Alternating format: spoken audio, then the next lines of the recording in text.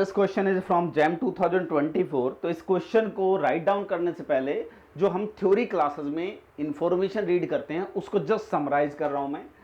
सबसे पहले अगर आपके पास कोई एक मैट्रिक्स है n क्रॉस n जिसका रैंक 1 है तो उसकी कैरेक्टरिस्टिक पॉलिनोमियल डायरेक्टली मैं लिख सकता हूं x to the power n minus 1 x minus a trace of a।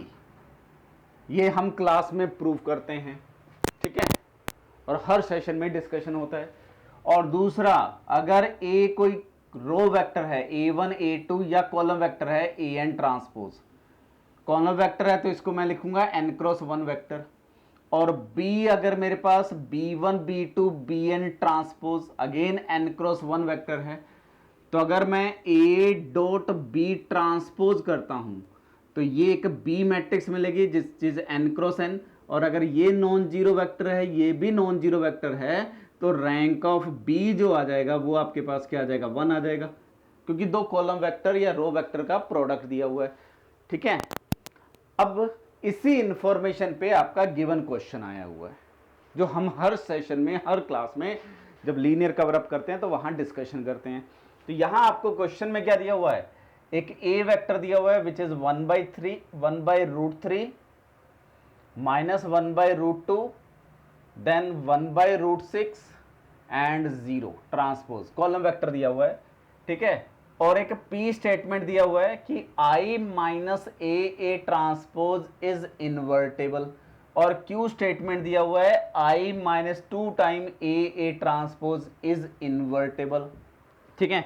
अब कोई भी मैट्रिक्स इन्वर्टेबल है कब होता है, if and only if determinant non zero. और डिटर्मिनेंट नॉन जीरो कब आता है, if and only if it does not have a zero eigen value. तो हमें बेसिकली ये वेरीफाई करना है कि क्या इस मैट्रिक्स के पास जीरो आइगन वैल्यू है या नहीं है। सिमिलरली इसके पास जीरो आइगन वैल्यू है या नहीं है। तो आपको यहां b क्या दिया हुआ है, a ट्रांसपोज ये दिया हुआ है, इसका रैंक 1 होगा। तो कैरेक्टरिस्टिक पॉलिनोमियल ऑफ b आपके पास क्या आ जाएगा, x to the power 4 cross 4 matrix बनेगा तो x cube into x minus trace. जब a इंटू बी ट्रांसपोज करेंगे तो यहां कैरेक्टरिस्टिक पॉलिनोमियल आप इसको जस्ट मल्टीप्लाई करिए, ये आ जाएगा x to the power n minus 1 x into a transpose b, ठीक है। यानी कि इस वेक्टर का इसी के साथ डॉट प्रोडक्ट लेंगे तो वो ट्रेस आ जाएगा। तो डॉट प्रोडक्ट लूंगा तो ये क्वांटिटी 1/3 प्लस 1/2 प्लस 1/6 सिंप्लीफाई करेंगे तो 1 आ जाएगा, क्लियर। तो ये आपके पास कैरेक्टरिस्टिक पॉलिनोमियल ऑफ b आ गया, यानी कि जो b की आइगन वैल्यूज हैं इस मैट्रिक्स की वो क्या हैं, 0 0 0 एंड 1, ठीक है।